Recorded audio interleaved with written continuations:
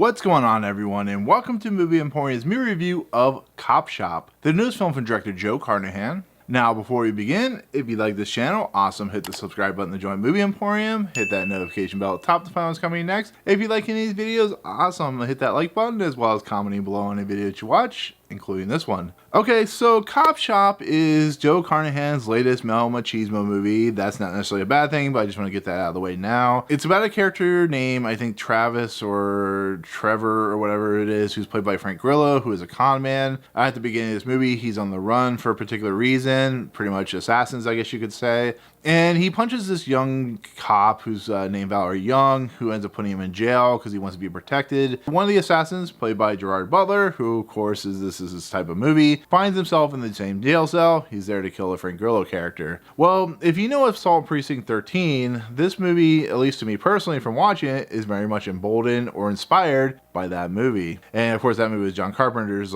first or second movie he ever directed as a director. So it makes a lot of sense that Joe Carnahan would be inspired because his movies are very much in-your-face action movies with a lot of violence and gore and language and male machismo and all that good stuff. So in essence, the police station, which is in Gun County, go figure, is all of a sudden overrun by a couple of assassins and a couple of corrupt cops and all that good stuff. And we find ourselves in escape from Assault Precinct 13 type of scenario. And so with that said, like I said before, this is very much a Joe Carnahan movie. If you don't know who Joe Carnahan is as a director, he's known for doing something like Smoking Aces and of course Narc and Stretch and this year's Boss Level. He's a director that is known for his hyperkinetic energy and his hyperkinetic violence as well as language. And he's a director that is willing to be in your face when it comes to trying to push the limits of how kinetic he can make these types of movies. And he's very vocal on Twitter too, which is I kind of respect that. But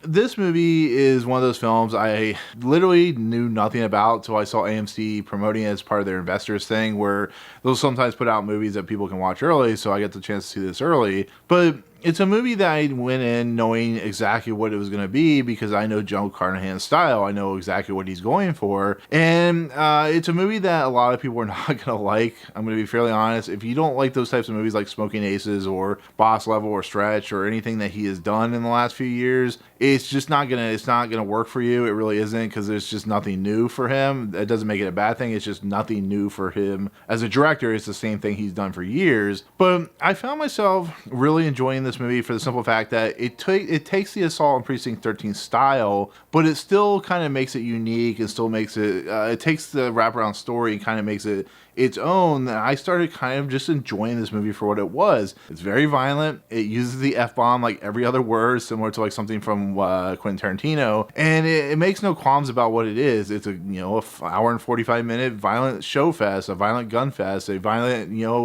language bomb fest. It just does what it does, and after an hour and 45 minutes, you're either on board or you're not. And that's what I really liked about the movie, is just I found it just in your face and willing to go there when it wanted to, and it makes no apologies for what it is. I found the acting kind of subpar, but I also enjoyed them for what it's worth. I enjoy Gerard Butler, I enjoy Frank Grillo. They're not the most charismatic actors, I guess you could ever say, in the choice of Hollywood. But Frank Grillo has built this kind of underground career that has kind of come out of nowhere. The first time I ever saw him was like Warrior, and then he showed up in like the Captain America movies, and now he was doing like The Purge. So he's become one of those actors that, like in Boss Level, is just a fun, action-oriented actor who plays off other actors very well. And that also works with Gerard Butler. I know Gerard Butler is not the most, amazing actor in the world, but when he gets into these types of movies, this or the Greenland or 300, it's just movies that work to his benefit. It work to his strengths, I guess you could say, which is just an action star with very crazy over-the-top scenarios, and that's what I really liked about it. That's what I like about these types of movies.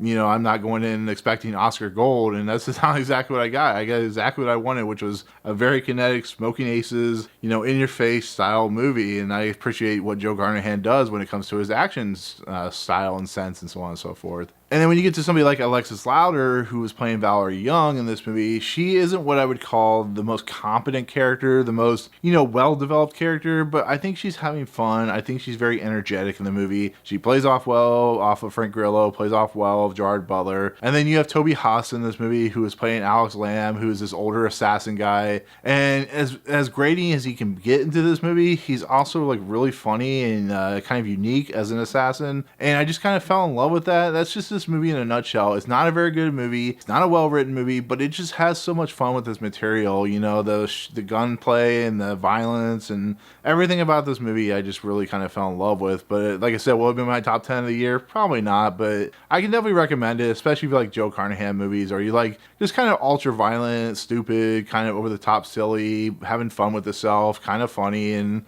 it doesn't take itself seriously, but it also is having fun with this action sense. And I think that's where Joe Carnahan's strengths are, was making these just kind of silly, over the top action films, but doing it with style, doing it with reverence and stuff like that. And I think this movie works for what it's worth, and it's gonna be one of those movies that's not gonna do well at the theater, but it'll have some good airplay on like VOD, and of course when it shows up on like Hulu or something like that. So, but with that said, that'll be my take on Copshop. Thank you so much for watching. In the comments below, if you know Joe Carnahan's work, what is your favorite Joe Carnahan movie? What is your favorite that's like over the top silly action movie? All that good stuff. Otherwise, if you like what you see on this channel, hit the subscribe button to join Movie Emporium. Hit that notification bell at the top to find what's coming next. If you like this video, awesome, hit that like button, and we'll see you guys in the next video. Peace out.